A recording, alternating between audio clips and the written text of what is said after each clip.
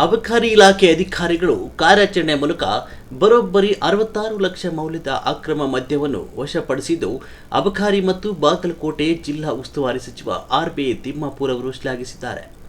ಮೇ 22ರಂದು ದೆಹಲಿಯಿಂದ ಬೆಂಗಳೂರಿಗೆ ಆಗಮಿಸ್ತಾ ಇದ್ದ ಗೂಡ್ಸ್ ರೈಲಿನಲ್ಲಿ ಅಕ್ರಮವಾಗಿ ಮದ್ಯ ಸಾಗಾಣಿಕೆ ಮಾಡುತ್ತಿರುವ ಖಚಿತ ಮಾಹಿತಿ ದೊರೆತಿದೆ.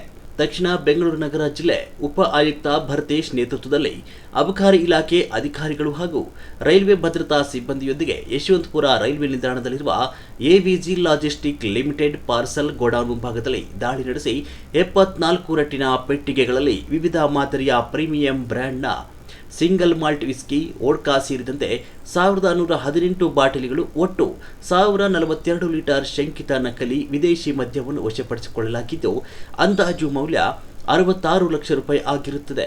ಪ್ರಕರಣಕ್ಕೆ ಸಂಬಂಧಿಸಿದಂತೆ ಓರ್ವನನ್ನು ಬಂಧಿಸಿ ನ್ಯಾಯಾಂಗ ಬಂಧನಕ್ಕೆ ಒಪ್ಪಿಸಲಾಗಿದೆ.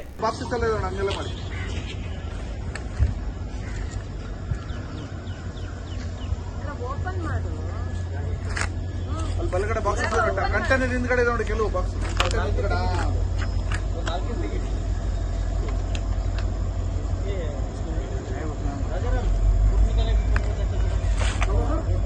ಫೋಟೋಸ್ ಒಂದು 5 ತೆಗಿರಿ.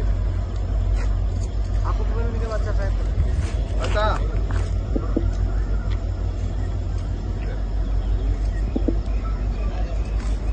ಬನ್ನಿ.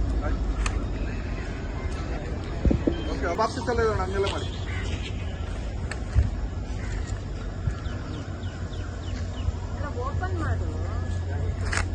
ಅಲ್ಲಿ ಬಲಗಡೆ ಬಾಕ್ಸ್ ಕಂಟೈನರ್ ಹಿಂದ್ಗಡೆ ನೋಡಿ, ಕೆಲವು ಬಾಕ್ಸ್